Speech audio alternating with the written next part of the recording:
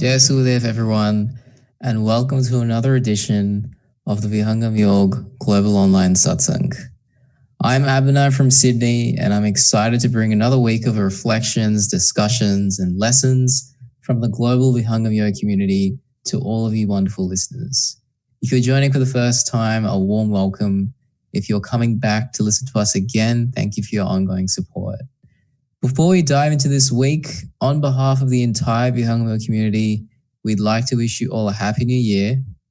We all dearly hope that this year is characterized by transformation, success, and prosperity for all of you. As we proceed toward new beginnings, many of us, myself included, are starting to think about what we want to achieve in 2020. Whether we're in our teenage, adult, or middle-aged years of life, each and every one of us have certain things you want to achieve. And if you start to look at your own life, I'm sure there's things that you've decided you want to do this year. But, as we've all experienced, at some point, we reach a point of conflict. We have these things we want to do. We start to build habits. But at some point along the way, for some reason, we're not able to keep those habits up.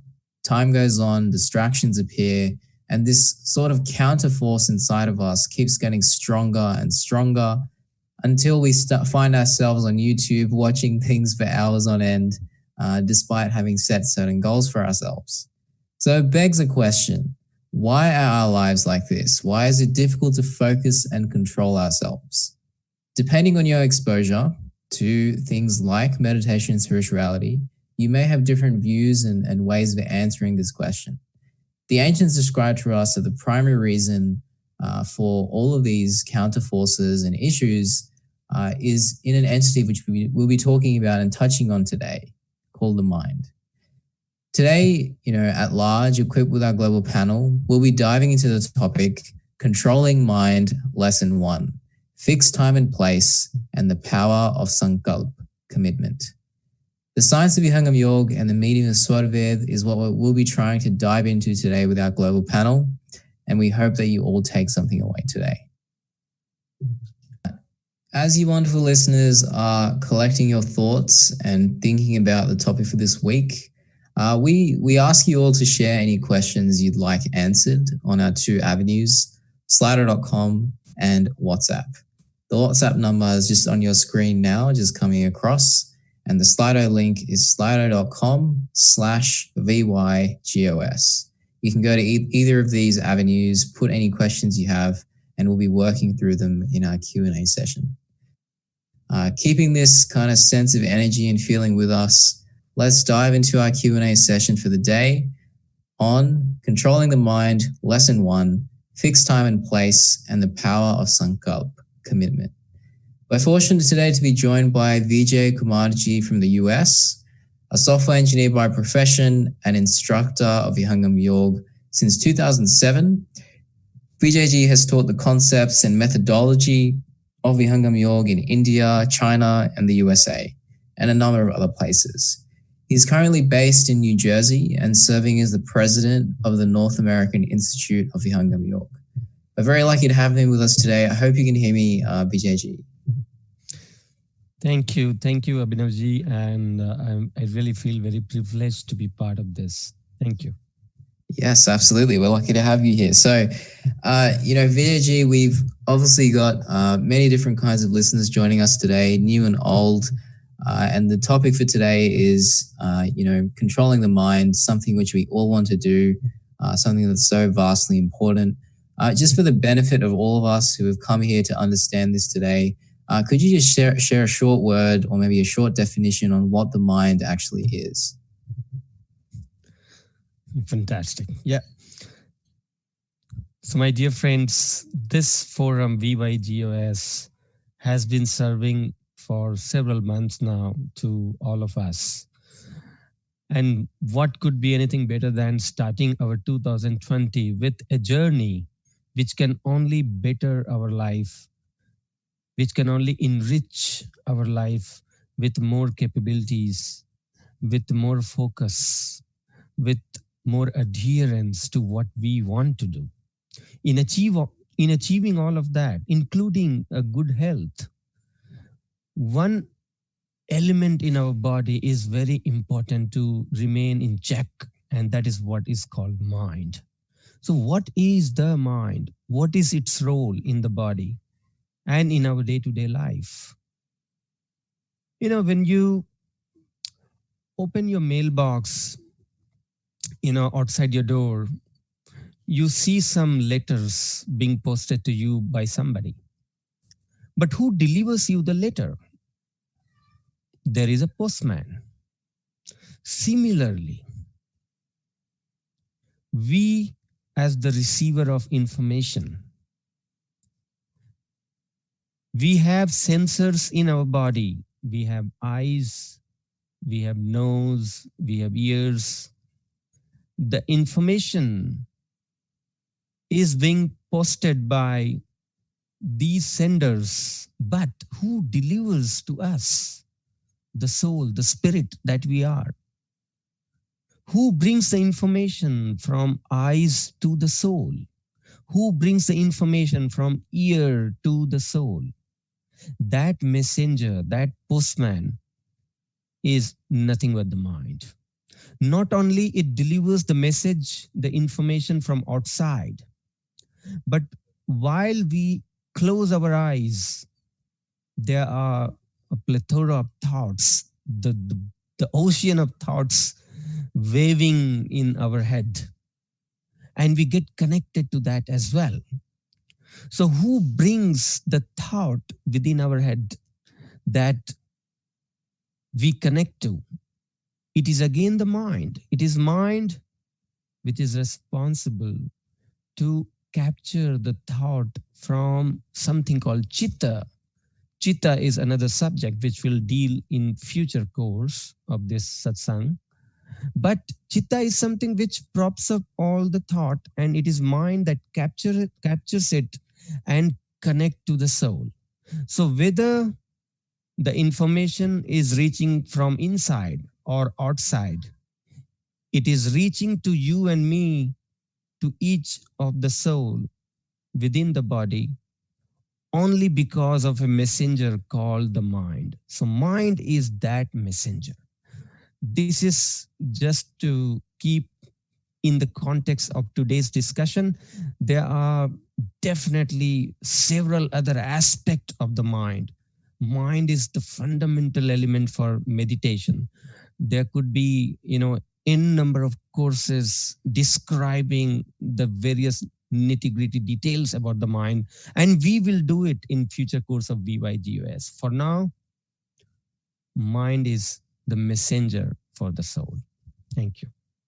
Yeah, thank you, VAG. Yeah, and it seems like a very important part of ourself, or maybe not ourself, but of our existence. As you explain it, the mind seems to be this interface between so many different things that exist within us and outside of us as well. And as we've kind of defined this and we're starting to understand it better and look at the topic for this week, which is controlling the mind.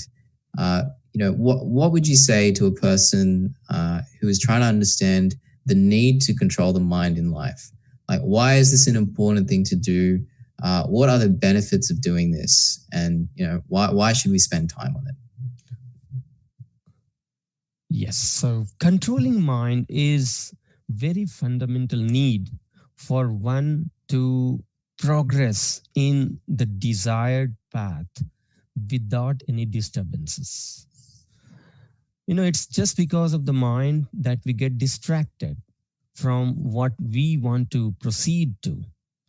We are going in one direction, and all of a sudden, mind captures some other information for us, unwanted information, and we get pulled to that directions. That, kills our time. That also kills our energy, which could have been focused towards achieving the goal that we wanted to achieve at that point of time. So not only in terms of efficiency, but also, because of the mind and its nature of clinging with the thoughts, it also causes several stress related disease in our body if left uncontrolled. Just because of uncontrolled mind, people develop stress, they develop anxiety, they develop depression, There are several mental disease, all because of uncontrolled mind. You know, the mind is the one which is culprit for you not to have a joyful experience of the presence. You are in a very joyful ambience, but just because your mind is either in the past or in the future, you are not even fully enjoying the presence. So in all aspect, having a controlled mind is always a win-win for each one of us. Thank you. Yeah, and some of the benefits you mentioned there seem like things that we all want in our life. Things like emotional vulnerability, restlessness, anxiety, fear, stress. These are arguably all things we don't really want in our lives. Emotional vulnerability, obviously, being a strength in many ways, but we don't want to be weak, to our own thinking and way of living. You've definitely highlighted some of the most important things there. I definitely can start to see where why we should be spending time on this. And the next question really becomes, we're talking about controlling the mind and why the importance of different things like fixed time and place, the power of Sankalp. Before we understand those things and how those things filter into the practice of meditation, what is the role of meditation in controlling the mind? How would you kind of explain that?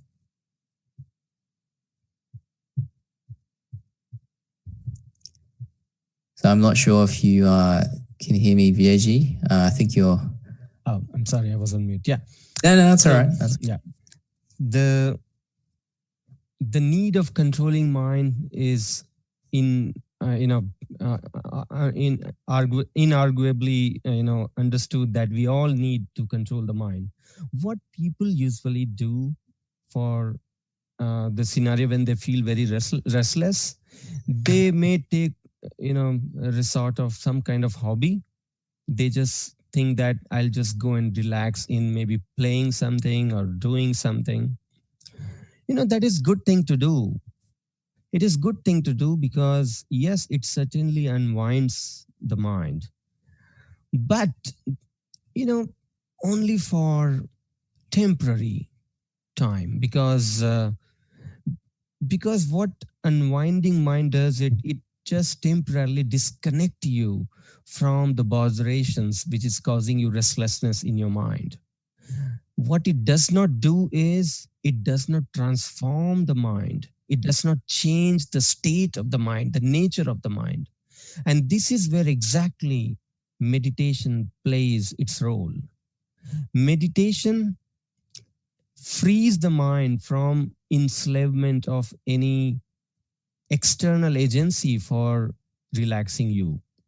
You don't need to rely, you don't need to depend on any hobby, any interest to unwind you.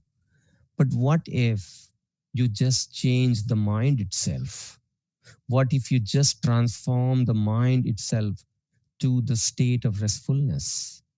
This is where meditation becomes irreplaceable. You cannot replace meditation with any other hobby, any other interest when it comes to changing or transforming the state of mind itself. Thank you. Yeah. And, as we start to talk about meditation, and, we've just obviously discussed meditation in depth in the past as well. And, if you're a new listener and you're interested in understanding meditation better, please do, go through our library of content as well. We'd love to hear what you think in terms of we're answering your questions. But, the meditation, we start to think about meditation and, we just heard about how it's important in the control of mind. There's different aspects of meditation, which we've mentioned in the topic for this week, which we want to understand better. So first would be, VAG, we'd be good if we could understand, what is the role of regularity in meditation? Why do we need to be regular? Why can't we just meditate when we feel stressed out? Why do we need to do it, in a more disciplined way? Do we need to do it in a more disciplined way? What are your thoughts on that?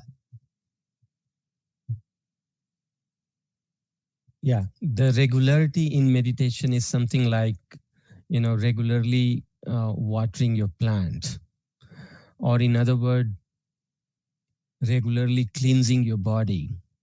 Why we need to, let's say we are engaged into certain kind of activities which kind of make our body dirty, and we need to wash our body on regular interval.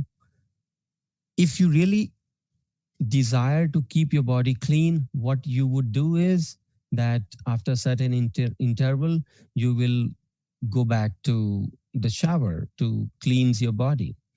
Similarly, for mind to be restful, the various reasons why the mind gets restless is because it clinges to several thoughts, several disturbing subjects. And on regular interval, you need to detach your mind. You need to bring mind to restfulness by the practice of meditation. If you did enough of meditation first few days and then you take a break, what you're doing is you're basically rolling back your mind back to the state of restlessness. So by being irregular, you're actually nullifying your effort of the progressive journey of restfulness where you want to head to by the practice of meditation. So you take two steps towards restfulness, but then by breaking your meditation, you are taking few steps backward, which is going to actually kind of nullify your effort of meditation that you did for first few days. This is why a regular meditation is a must in fast paced life, where it is very easy for mind to get restless if not kept in control by meditation. Yeah, and as you were kind of explaining that, it just kind of reminded me of like a personal kind of experience which I have, which is the last thing which you mentioned about being in a fast paced world. For myself and a lot of the people I know as well, when we reach a point, or when I speak to people who have reached a point where they can no longer control themselves, they feel extremely restless. Many of them, when we discuss it, we kind of come to this conclusion that we don't really know when it started and we don't know how it built up over time. And kind of, leading into the point you just mentioned, Vijay, there are things, the nature of being a human, it just seems so subtle, and it seems like there's always things going on, and we don't really take time in the world we live in today to take it all in, really reason about it, understand it, and package it away somewhere that where we're happy with it. So whether it be past experiences, present day experiences, fears of the future, hopes of the future. So, meditation, as you mentioned, is a device that helps us regularly clean up and do our laundry in a sense within ourselves. And that way, it's not that you're doing it at a breaking point, it's that you never reach that breaking point, as you just beautifully explained. And, as people who are trying to develop these practices, develop these habits, one word which you often hear is the word Sankalp. And you may hear it if you're reading a book about spirituality. You may hear it in the middle of a satsang if someone's explaining the importance of meditation and commitment to you. What is Sankalp? Is it the same as being committed? What did the ancients mean by this word? What does the Swadved define this word to be? Yeah, you rightly said that Sankalp is something which is in the root of any action, and we need to understand what Sankalp is. When you look at the tree, what does the tree stand on? The tree stand on its root, and it is only then the fruits will come out of the tree. Fruits will grow in the tree only when tree is able to stand on the root, on the strong root.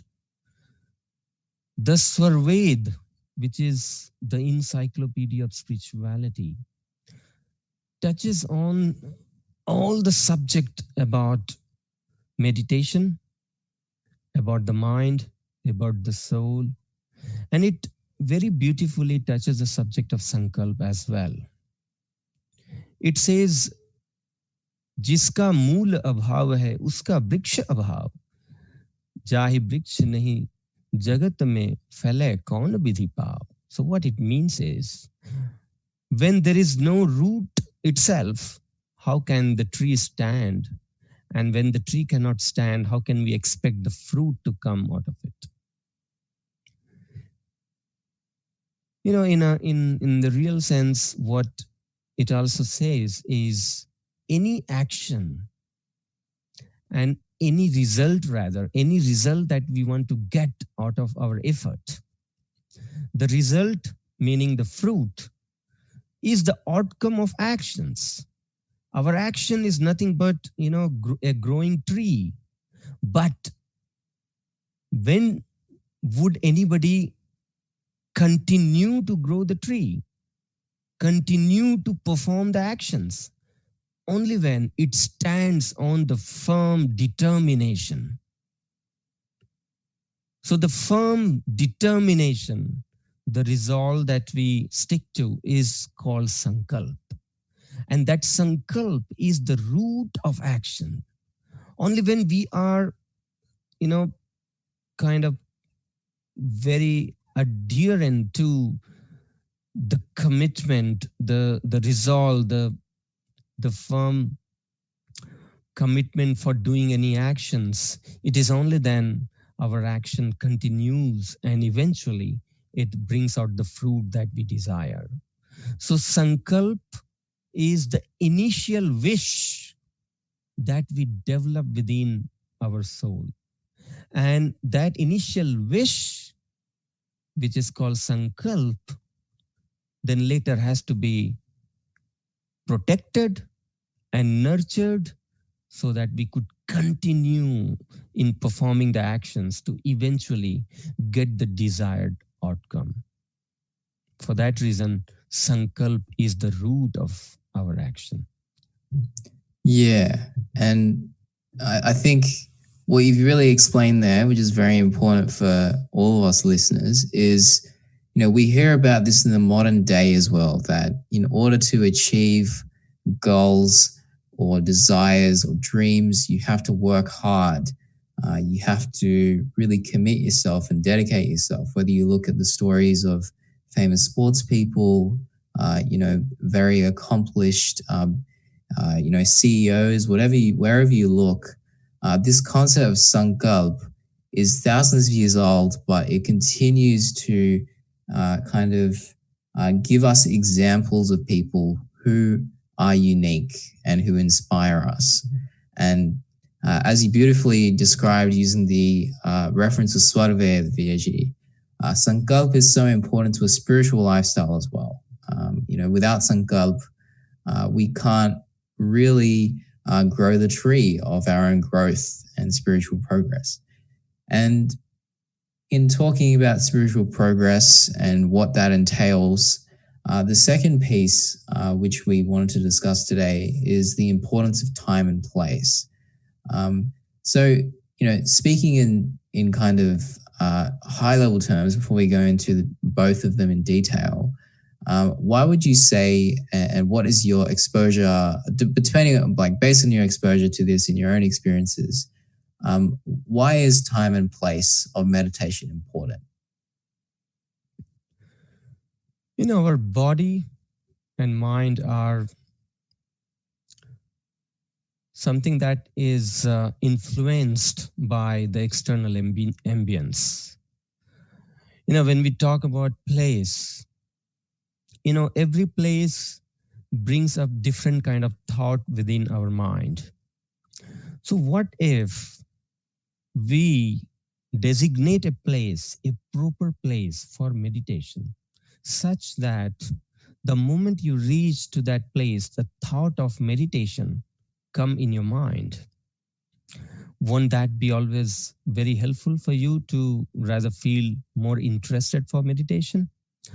Yes, because several people have already experimented it, and they found that the having a proper place and kind of decorated in such a fashion that it invites us for meditation, is very helpful for the regularity in our meditation. And every time you go to that place and meditate at the same place, you eventually develop such an certain spiritual ambience around that place. Certain spiritual atoms get activated in that place so much that the moment you sit in that ambience, you will feel the peace of your mind. Such is the effect of your meditation on that place. And that is why having a fixed place of meditation is a win win for a regular meditation practitioner. Similarly, it applies to the time so much that, you know, the moment you see the clock, let's say you have fixed up a time that every day, 7 p.m. in the evening, I have to meditate. The moment it is 7 o'clock, your mind will start telling you it's time for meditation, because our mind and body is tuned to the routine that you set it for every day.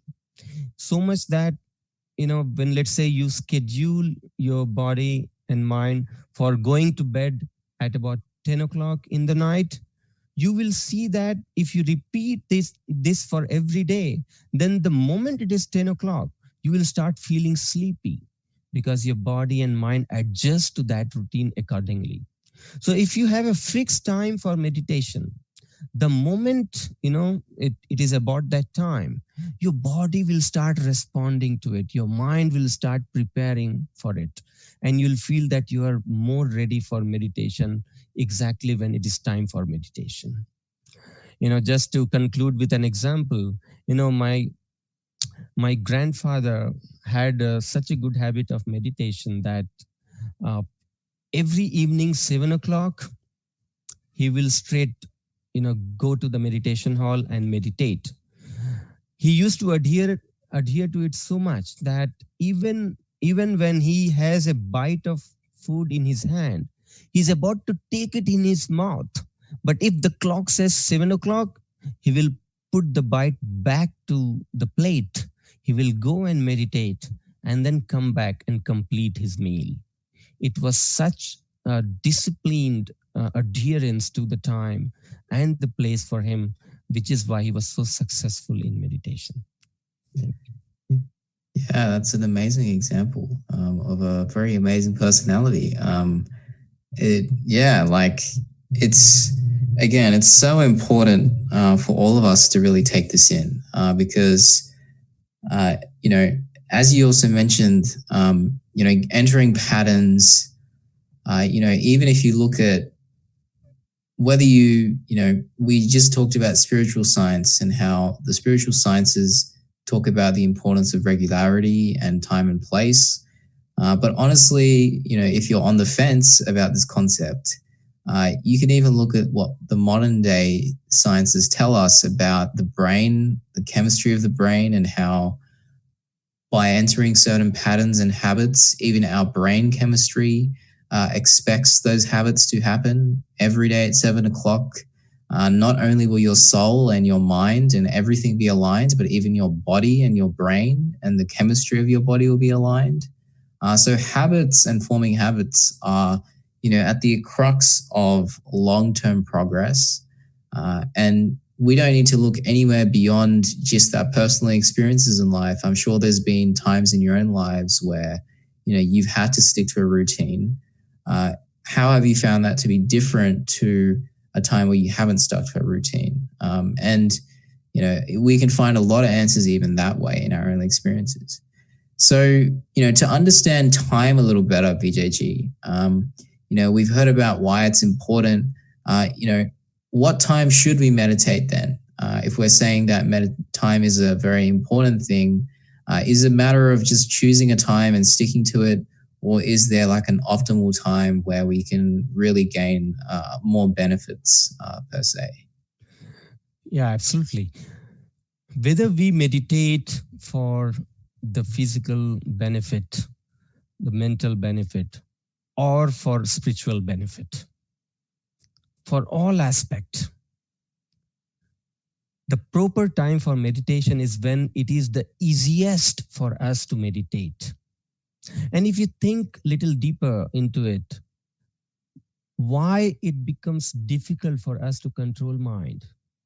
It is when the mind is already bombarded with several information, several thoughts before you sit into meditation. What if you choose a time such that you have just woken up from a fresh sleep?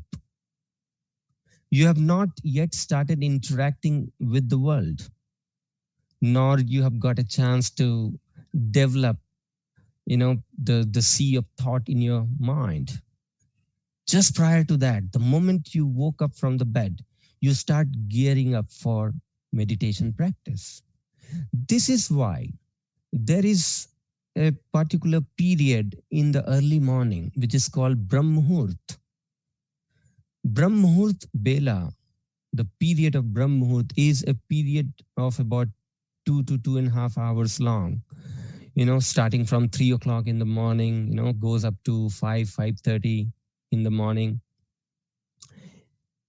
We certainly slowly start preparing to get up that early in the morning and start a habit of meditating during that Brahmhut time.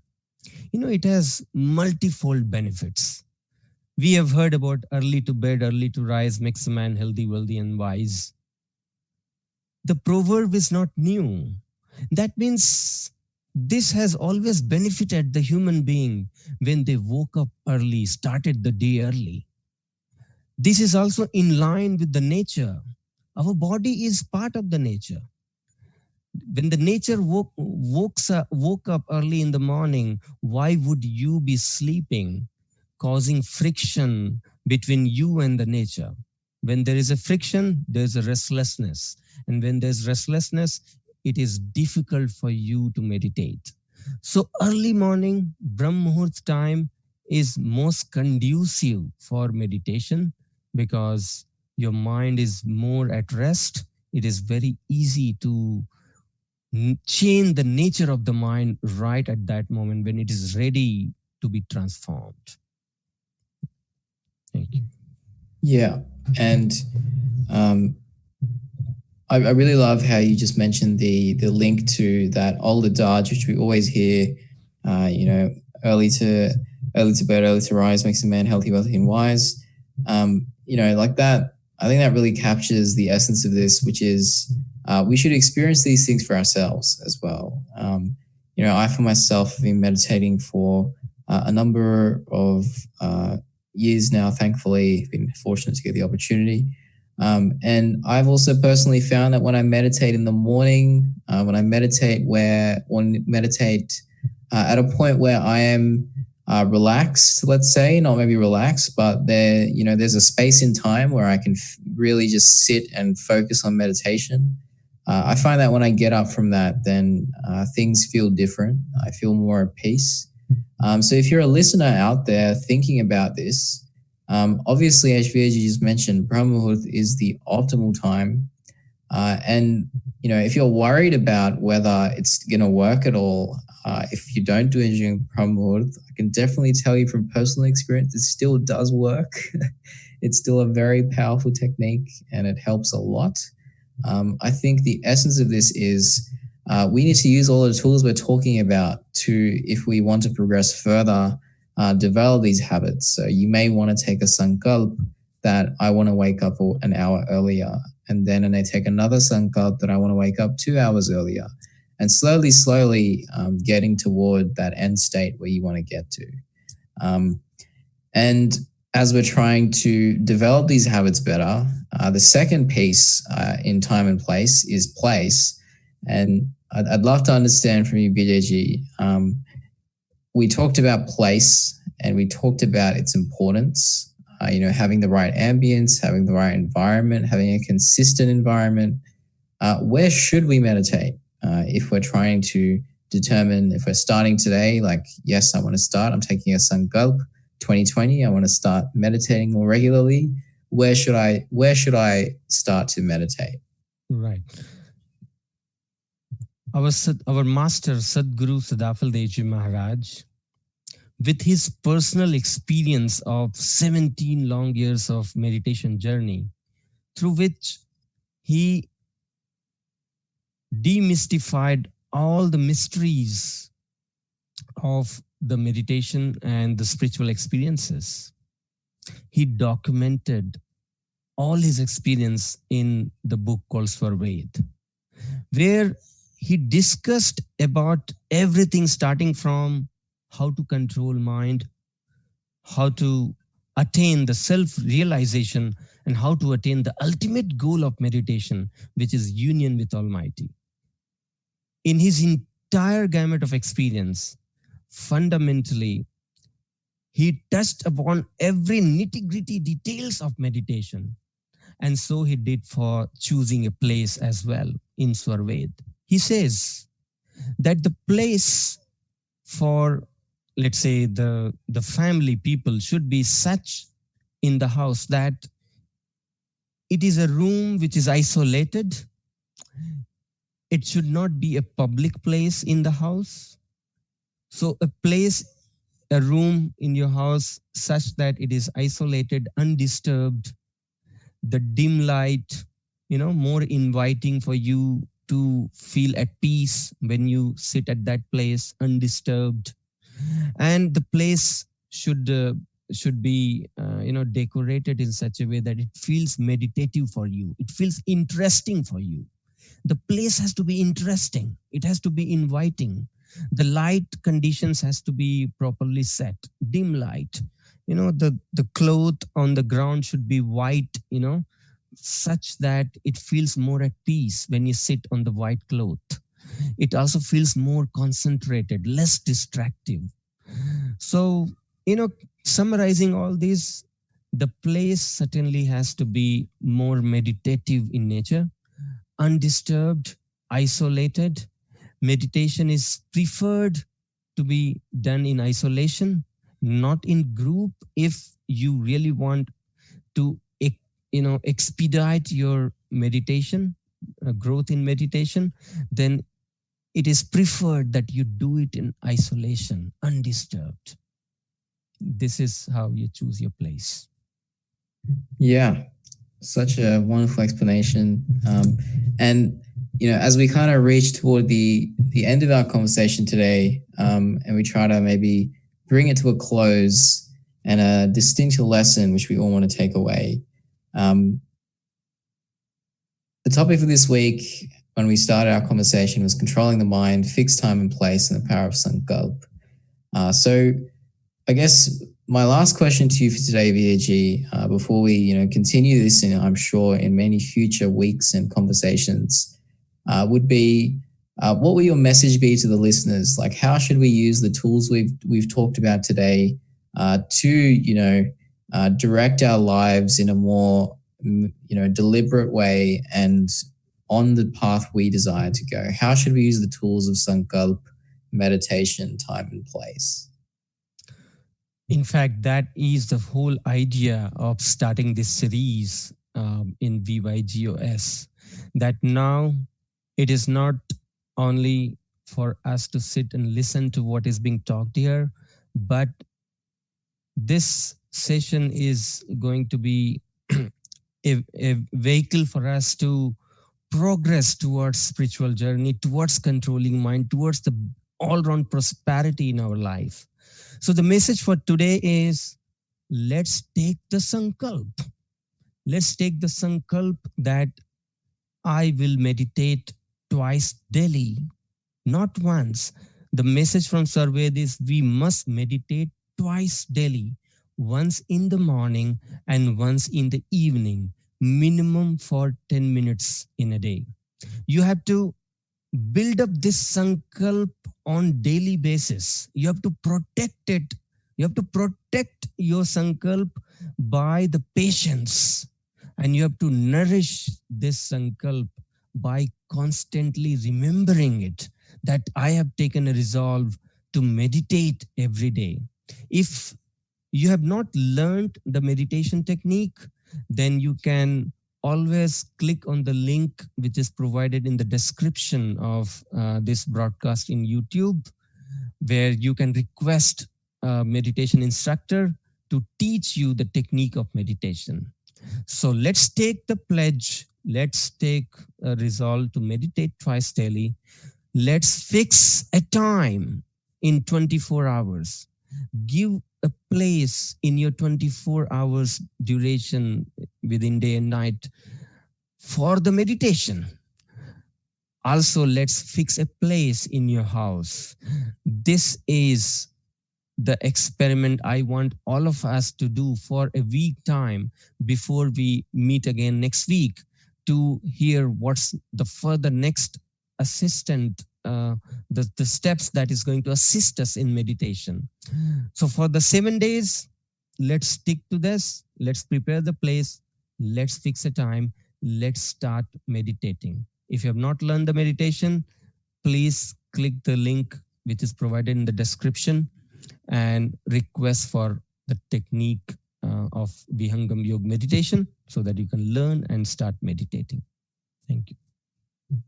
Yeah, thank you so much for joining us this week, VJG. I think we've all got plenty of things to take away from today, and most importantly being to take a Sankalp and to move toward it and really stay committed with it.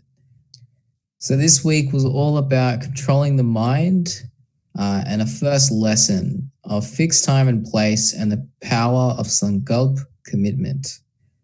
Before we summarize this week, I just wanted to touch on a short question you received in the last 5 minutes we have, which was, I've heard that a Vihangam yogi never gets into depression. He or she is always positive. How? So thank you to Priya Strategy who asked this question. I really would have loved to have spoken to Vijay about this one, but we'd already kind of closed up. So just to kind of touch on this, I'm not obviously qualified to give a completely scientifically accurate explanation of what depression is and how it modifies the brain and the body. But there is an element of depression which is related to our thoughts and how we control and manage our thoughts.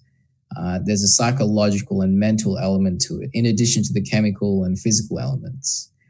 So when it comes to the mental and the more psychological elements of depression and related mental health diseases and disorders, as Vijay mentioned earlier in our session today, and we're just kind of going to take that and steal it to answer this question. The mind is the source of all unrest in the body and in our existence. If you think about an analogy of an ocean, which has a treasure at the bottom, but the ocean is turbulent. The surface is always turbulent, so you can't see the treasure. A yogi is someone who has made the ocean completely still and can see the treasure at the bottom of the ocean. And what the yogis tell us is that the turbulence and the source of turbulence and the source of pessimism, negativity, imbalance is often just the fact that we can't see the treasure. And the cause of that is the mind. So to answer your question, Priyaji, and we'll obviously dive into this further in coming weeks, a Vihangam yogi finds it easier to be consciously positive about their lives because they consciously choose to not be negative. So it's all about being conscious and aware, and meditation and following the lessons we've learned today of Sankalp and fixed time and place, they empower us to do those things. So I hope that kind of answers your question. I will definitely make sure to get Vijay's thoughts in future sessions and the thoughts from the rest of the panel as well. To summarize for today, as Vijay beautifully put together at the end, we need to take a Sankalp. Our life is a certain way today, and perhaps we want it to be a certain way in the future. To bring those two things together, to connect those two things, to draw a line between what is now and what we want in the future. The spiritual masters, the master of Vihangam Yoga, the Swarved, all of these things tell us one critical thing, that we have to take a commitment to draw a line between those two things. And then they even tell us that in order to traverse that line, in order to move along that path, we need to begin to enact certain habits and certain things which respect time and place. Environment is so important. I'm sure that at some point in your lives, you've been trying to maybe study something, maybe learn something. There are places where you can learn better, places where you can learn in a less productive way. Maybe a good place to learn is the library. Maybe a bad place is the bus because it's so loud. Meditation is the same. It's an age-old practice. And as VG explained to us today, an isolated and silent and dimly lit place is ideal. In the same way, there's an ideal time, the Brahm Muhurt. And, obviously, in order to be regular in a meditation, we need to take a Sankalp, we need to take a commitment and move towards that commitment. So, the essence of today's session was these three things. Please remember that, we always advocate and recommend that you take small but definite and committed steps towards your goals. We're not saying that everyone from tomorrow should be waking up at 3 a.m. and meditating for an hour. The master of Vijay Kumar has made this very simple. Take a Sankalp, take it easy, take it simple, and move toward your goals and see how your life gets transformed. So thank you everyone for joining us this week, and we look forward to having you again next week on the series, How to Control Mind, Lesson 2, and let's see what that lesson will be next week. So thank you everyone, Jai Sudev, and have a great week ahead.